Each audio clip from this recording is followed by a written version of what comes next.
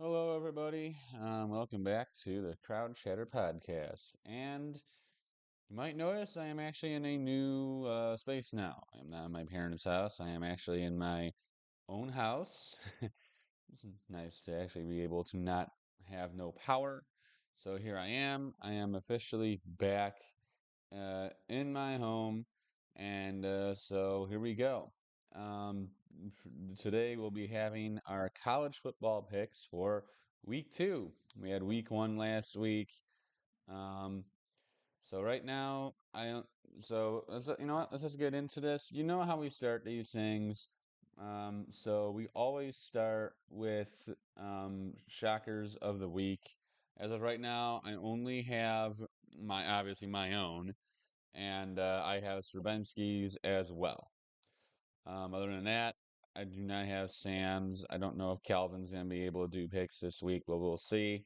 We are planning, and that is something new that we're planning on going to be doing here on the podcast um, is guest picks. So we're going to be doing, maybe next week because we didn't really plan it this week very well.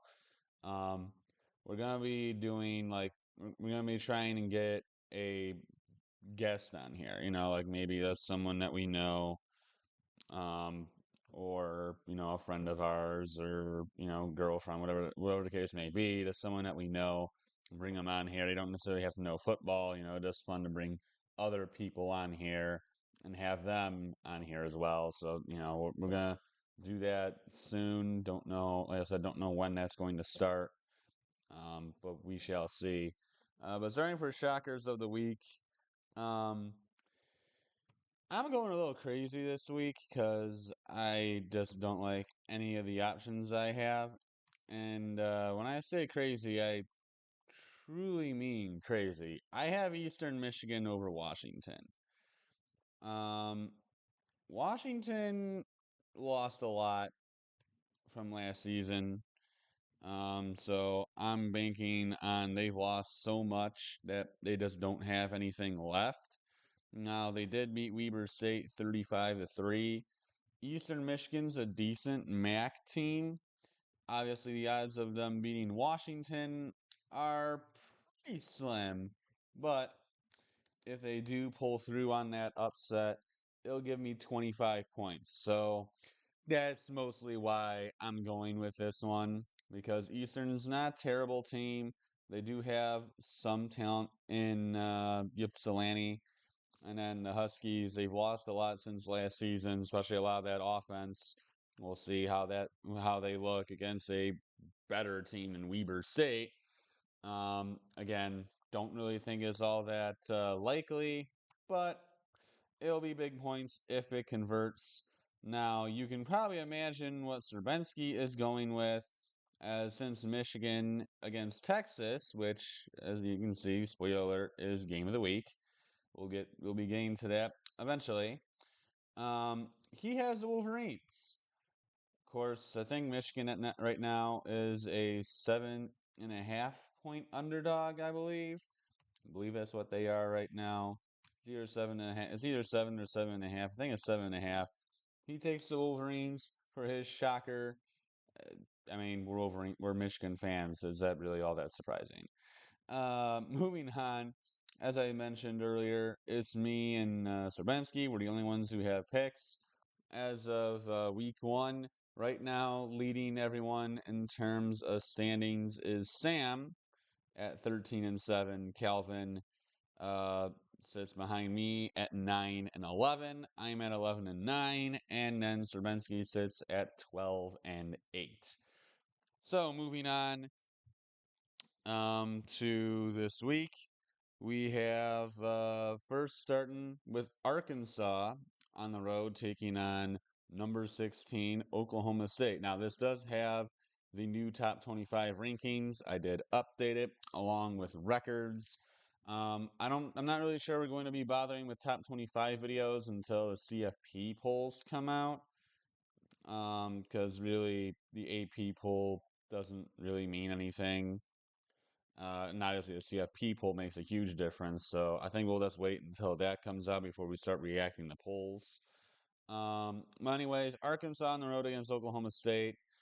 Um, Arkansas beat the living stew of was it Arkansas Pine Bluff last week. Um, and so Arkansas, I think their quarterback is a transfer from Boise State. There's not really much to say about Arkansas. They're not really that great of a team. Oklahoma State, I don't get why people are not that big on the Cowboys. With Ali Gordon returning, he arguably is the best running back in the country. And for whatever reason, a lot of people are taking like Utah and other teams in the Big 12. No one's talking about Oklahoma State. I don't understand it.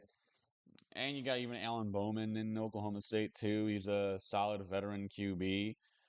So I'm kind of curious to see how that goes. This is a bigger test for Oklahoma State. You know, this isn't. I mean, South Dakota State last week was actually a bit of a contest for the Cowboys, but now they get a Power Four program. They get a actual big team in Arkansas. I expect Oklahoma State, though, to take care of business, of which Swerbenski is expecting the same. He's got the Cowboys taking it over Arkansas. Next, we have the Pitt Panthers on the road taking on Cincinnati, a game of which Swerbenski has the Pitt Panthers taking the win on the road. This is a game where I really just know nothing about like either one of these teams.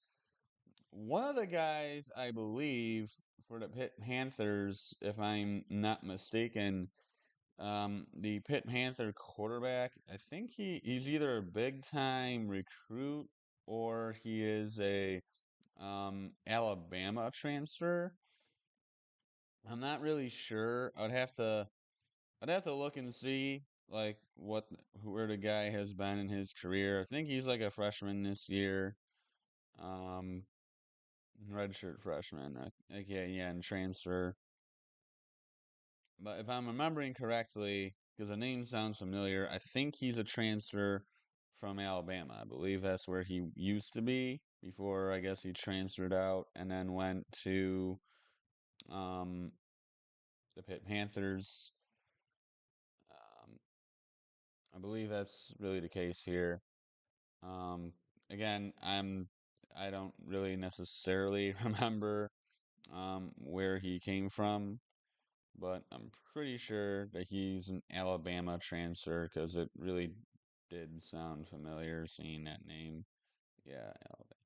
Yep, he was Alabama. Okay, I did think that was right. I mean, he did go to Alabama and then he transferred out, so he went to the Pitt Panthers. Um, but other than really that guy, because I remember seeing the name, I was like, oh, I know who that sounds familiar. He was a recruit who went to Alabama for like a season and transferred out when he realized I was never going to get any playing time. Um, Give me a Pitt Panthers in this one, though. I don't know anything about Cincinnati, but, you know, Luke Fickle's now gone. Their days of being the big team of the American are over. And now they're in the Big 12, which is even harder. Panthers are a decent team, are decent, I would think, especially with this guy from. I mean, if you get recruited by Alabama, gotta be pretty good. So, you know, he was recruited by Nick Saban, so I gotta imagine that the guy has some sort of talent because Nick Saban wouldn't just go and get some random dude if he wasn't any good. So I'm taking the Panthers in that one. Then you got Virginia heading on the road to take on Wake Forest. Now, I'm pulling for UVA. Obviously, they've had some rough years lately, but this Wake Forest team, I think, is just much better than the Cavaliers. And so I got the Demon Deacons taking this one. Virginia just does not have still a bunch of talent. And, I mean, you know, it's obviously different from Virginia Tech, who people think is a dark horse candidate for the ACC and then flopped against Vandy. Um, but I got Wake winning this one. Virginia's just not all that good. So I got Wake Forest taking it, of which Srebensky has the same. You can probably expect me and Srebensky to mirror each other for these first few games. Next we have Baylor on the road against Utah. You can probably imagine who we both have. Srbensky does have the Utah Utes, of which I have the same. Baylor's a decent team. I don't think they're bad necessarily, but Utah to me is a much better team.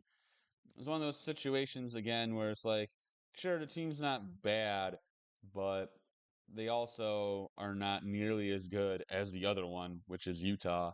So I got the Utes taking this one, especially at home. Mississippi State on the road taking on Arizona State. I think the past 2 years, Mississippi State had a home and home series with the Arizona Wildcats. I think this is the beginning now of another home and home series, and this one with the other Arizona team in Arizona State.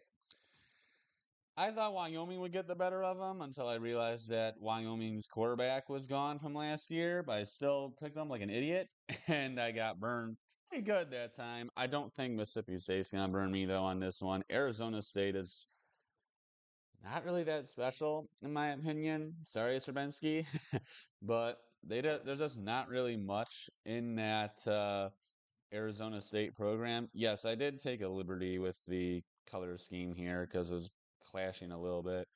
But Arizona State, there's just not much to really look at in that program. They're not that special. Um, their QB, I think, is well, I don't remember who their QB. I don't know who their QB is anymore. I don't think it's the Rashada guy. I think he transferred somewhere. But this Mississippi State team, I think, has just got a little bit more. They're an SEC program. They got a decent team. Arizona State, I just don't have much faith in them at all. Which apparent turns out that Srbensky doesn't either because he's got Mississippi State getting the win on the road against the Sun Devils of Arizona State. Next, we have San Diego State on the road taking on, or Oregon State, I'm sorry, Oregon State on the road taking on San Diego State. A lot of states here. Um, Srbensky has the Oregon State Beavers gain it over the Aztecs of San Diego State. As for me, I'm taking the home team here. Oregon State lost a lot, much like Washington State. Oregon State suffered big time from the complete just collapse of the Pac-12. When the Pac-12 collapsed, absolutely nobody wanted to be at Washington State or Oregon State anymore because they weren't in a big time Power Conference. And I don't blame those kids for not, or I say kids, I'm basically the same age as them. I don't blame those guys for not wanting to be around, the program when there's no future for it. I mean, right now, Oregon State, Washington State, they're the only two teams in the Pac-12. And really, it's not really the Pac-12 anymore because there's only two teams in it. So, it's obviously sad to see what has happened to the Pac-12 and just see the complete and utter collapse of the Pac-12.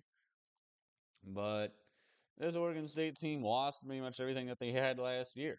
All their guys either graduated or transferred away, and I'm not sure there's really much left for Oregon State anymore. San Diego State, they have a decent team. They have a solid team. They're a solid program at home. I think the Aztecs can get it done. Next, we have the Troy Trojans on the road against the Memphis Tigers. Troy lost at home to Nevada. Memphis, I think, is the best Group of Five team right there with Boise State. I'm taking the Memphis Tigers to take care of business here, especially after Troy did not look so good last week, but I still think it'll be closer. I still got Memphis, though. Srbensky also has the Memphis Tigers.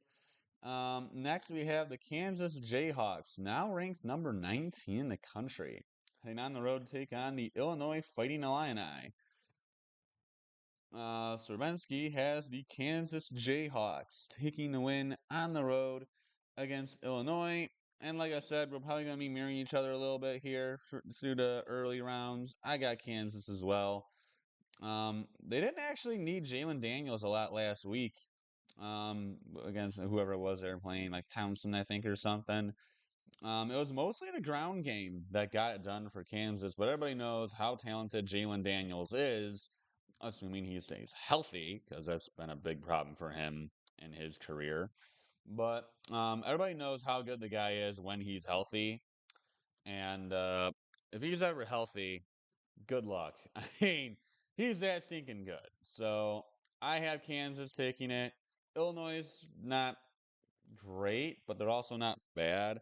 But I would take Kansas well before I would take Illinois. Next we have the Appalachian State Mountaineers going on the road to take on the Clemson Tigers, coming off a embarrassing blowout against the Georgia Bulldogs. I didn't think Clemson was going to win, but I expected Clemson to at least make that game close, and they weren't. They no. I mean, this is the same story for Clemson. Every season from starts out with so much hype.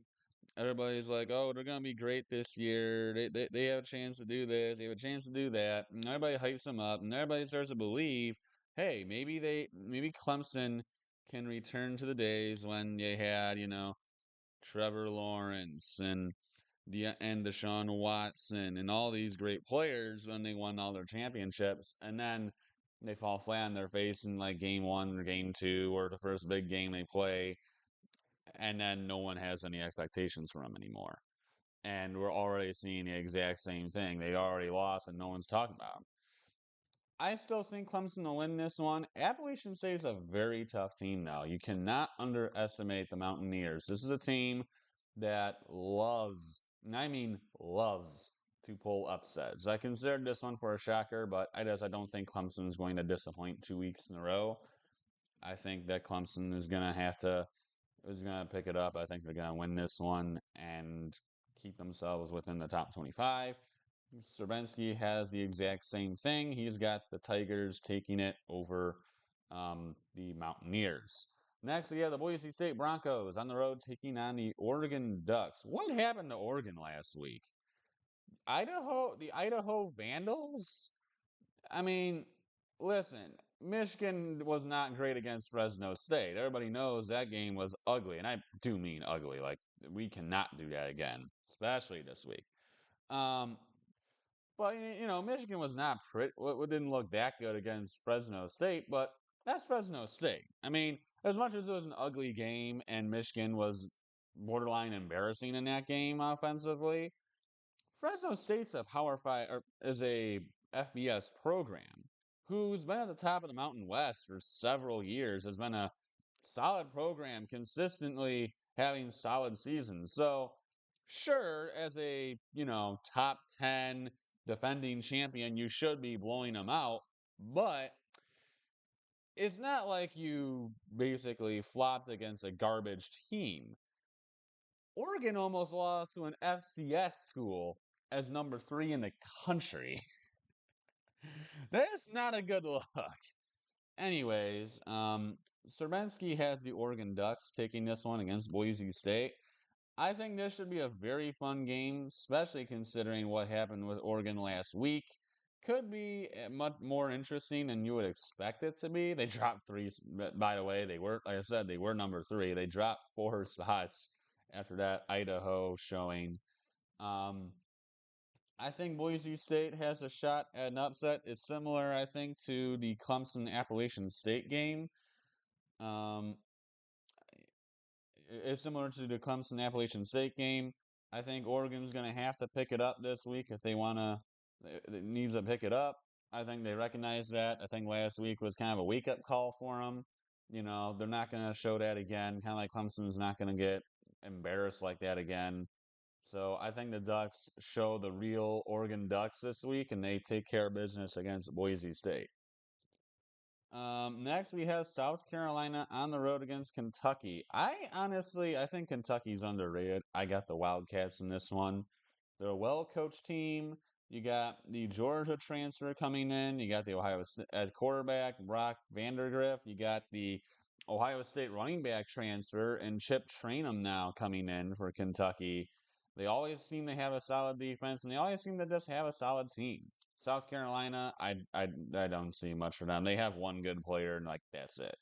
So I got the Wildcats winning this one, especially at home. Um, Serbinsky has the exact same thing. He's got the Wildcats taking the win over South Carolina. I told you we're going to be copying each other a lot, I think, today. Next we have the Texas Tech Red Raiders on the road against Washington State. Neither one of these teams really played much defense last week, as both of them had crazy numbers. Texas Tech just barely evading a loss to Abilene Christian, of which they'd win the game in overtime 52-51 after a missed 2-point conversion by Abilene Christian. As for Washington State, while they would give up 30 to Portland State, they would also score 70.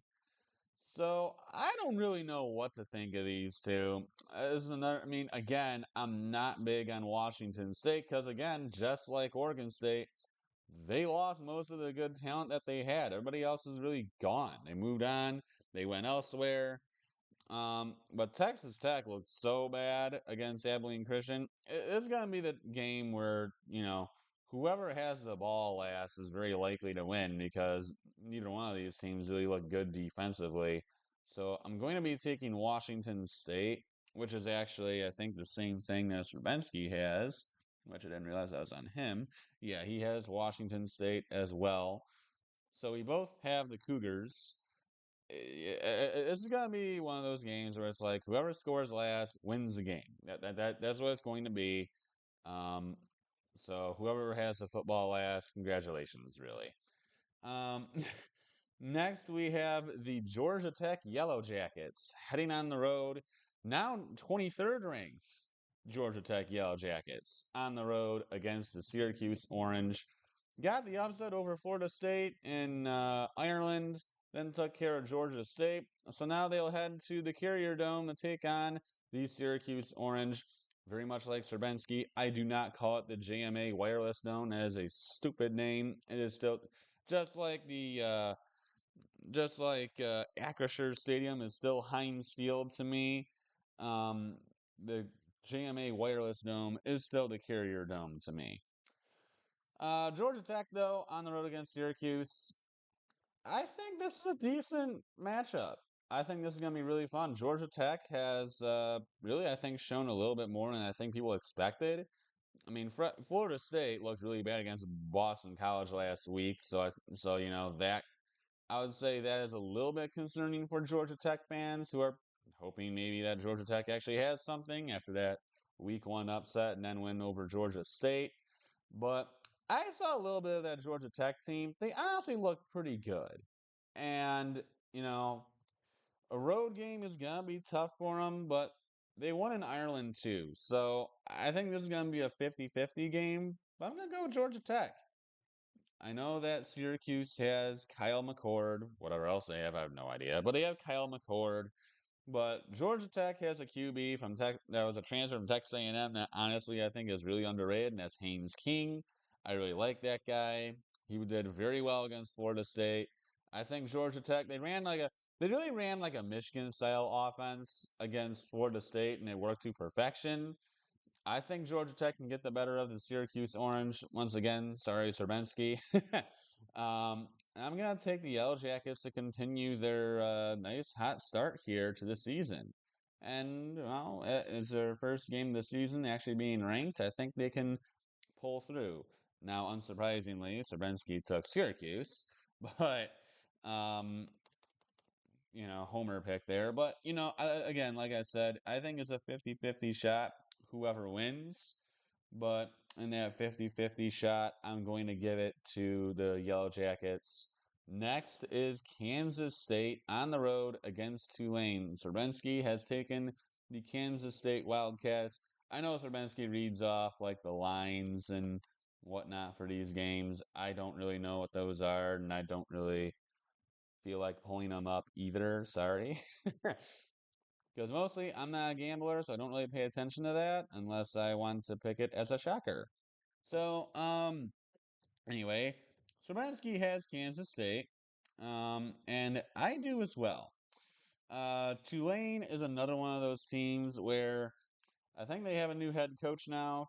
I think that, first of all, I think they have a new head coach, but they also lost a lot of the talent that they had from those teams that did so well.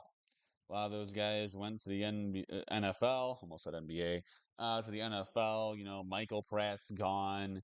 I think they've lost. Tajay Spears is gone. A lot of the players that made Tulane so good over the past few years have all moved on, have all graduated, and now there's was really left. So I'm taking Kansas State to win this one on the road against Tulane. Next, we have the Cal Golden Bears heading on the road to take on the Auburn Tigers. Not big on the Cal Golden Bears.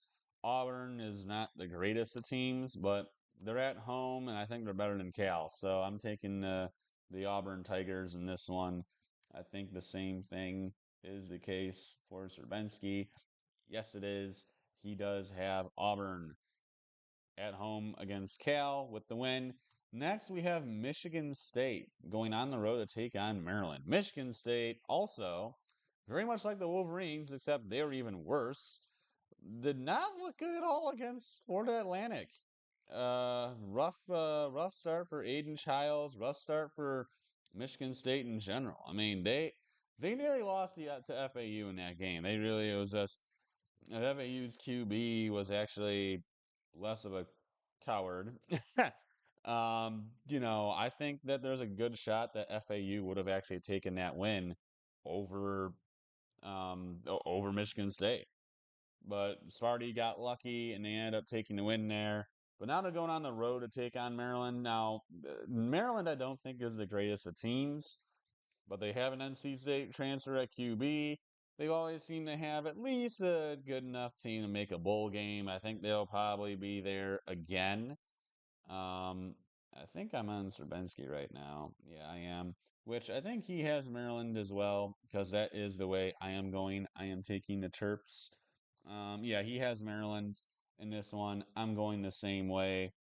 Um, just Michigan State that looked so bad. I would have probably taken Michigan State if they had looked at least competent against FAU, but they weren't even close.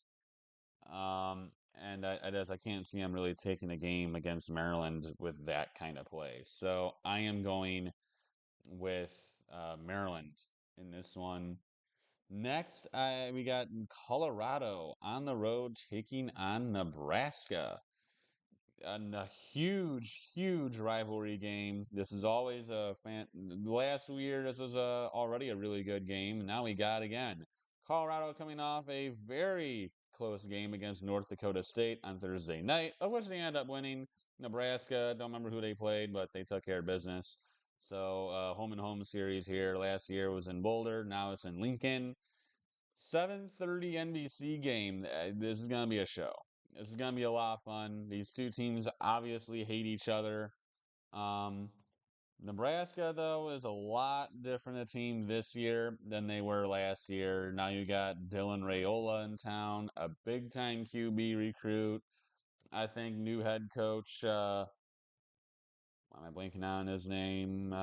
Matt Rule is going to we'll turn the program around in a few years. It's going to take some time, but I think Nebraska is going to be much better over these next few seasons. Give me the Huskers in a huge win, and hey, who knows? They might actually storm the field because they don't win much. Especially with they're beating their rivals at home. This is gonna be a really fun game though. Very entertaining. One certainly to see. Um, I got the Huskers taking the win. Similarly, so does Serbenski. The Nebraska Huskers he has over the Buffaloes of Colorado. Next is Iowa State on the road against Iowa. Remember when I mentioned that Colorado Nebraska was going to be a show? This is the definition of a show. Iowa State, Iowa is always a great game. It doesn't matter how good one team is and how bad the other team is. This game is always a really fun one. Serbenski has the Iowa Hawkeyes in Iowa City. This one is, in fact, in Iowa City this year. The Hawkeyes are at home. The Cyclones will head to the road. Both of these teams are actually pretty good. Iowa obviously is a bit of some hype around the Hawkeyes. with Cade McNamara coming back and actually still healthy. And we saw the offense look significantly better this year as opposed to last year, but that was also because Cade McNamara got hurt. With Cade McNamara at the helm and now a new offensive coordinator on top of it, I think Iowa's going to be significantly better this season. They're always good on defense. It's going to be a close game. It always is. But I got the Hawkeyes. They don't lose at home very much, especially to unranked teams. They normally are the ones that are making the upsets happen. So I'm taking the Hawkeyes. It's going to be a fun one, though. One to see. Don't miss it. Next, we have the Duke's Mayo Classic, where we have the Tennessee Volunteers taking on NC State. Technically, it's a neutral site game, which honestly, it still I think really is. It is in it's in Charlotte, North Carolina, which honestly is not far away from either spot. Obviously, it's still in North Carolina, but it's not far away from it's not that far away from Knoxville, and it's about the same about I think the same distance from Raleigh. So a pretty true neutral site game here, but NC State, they looked really abysmal against Western Carolina. I'm going to go with the Volunteers in this one. NC State did not look good. Tennessee actually looks like they have a pretty solid team on their hands, so I got the Volunteers. Serbensky also has taken the Tennessee Volunteers to get the win over the 24th ranked NC State Wolfpack. And now, game of the week. Texas on the road against Michigan. Uh, Serbensky has taken the Texas Longhorns on the road to knock off the Wolverines. I really want to take Michigan. I really do. But after seeing that Fresno State game, I can't legitimately take Michigan with a straight face. I gotta take Texas. Now, I've done this before where I've taken in a big game, I've taken the opposing team to beat Michigan. And Michigan always wins. So, with that theory, we should win again. But I think it's going to be a little different this year. I just unless the offense drastically changes, shows that it has significantly improved, shows that it has life, shows that we show that we can be creative on offense rather than running into the middle 15 straight times.